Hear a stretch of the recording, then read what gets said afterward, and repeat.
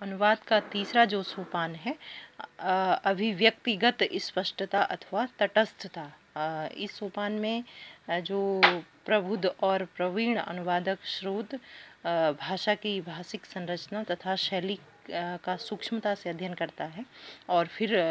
भाषा में स्रोत और भाषा की जो भाषिक बुनावट है उस शैली को यथासंभव उतारने का प्रयत्न करता है। तो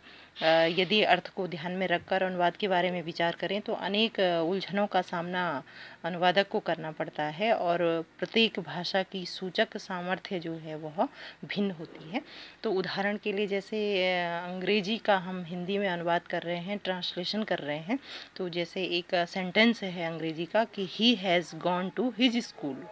तो इसके का जो हिंदी अनुवाद होगा, जो ट्रांसलेशन होगा वो दो तरह से होगा। पहला होगा कि वह अपनी पाठशाला गया है और दूसरा होगा कि वह उसकी पाठशाला गया है। तो अब तक हिंदी की जो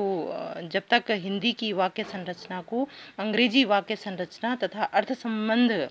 या अर्थ के संदर्भ का ज्ञान नहीं होगा,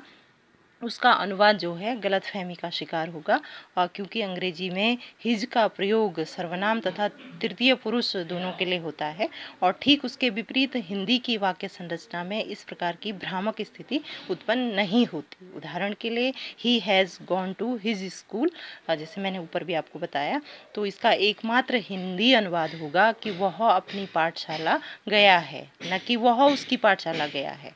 तो अत्यधिक आवश्यकता या आवश्यक होने पर ही वह मूल भाषा के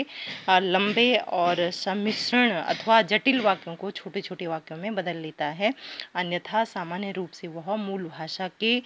कायिक रचाव को ही या उसकी संरचना को ही स्रोत भाषा में बनाए रखने का प्रयत्न करता है। जहाँ तक सूचना साहित्य के पारिभाषिक अथवा तकनीकी शब्दों में पर्याय अथवा समतुल्य अभिव्यक्ति के निर्धारण का प्रश्न है, तो अनुवादक शब्दकोशों, सहयोगी अनुवादकों तथा अनुवाद अधिकारियों से भी सहायता लेता है ताकि वह अपने अनुवाद या जो मूल अनुवाद है, मूल भाषा की जो यांत्रिक अभिव्यक्ति है,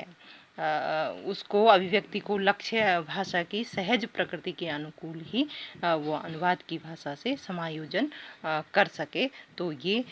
तीसरा जो सोपान है अनुवाद का कि अभिव्यक्तिगत स्पष्टता अथवा तटस्थता।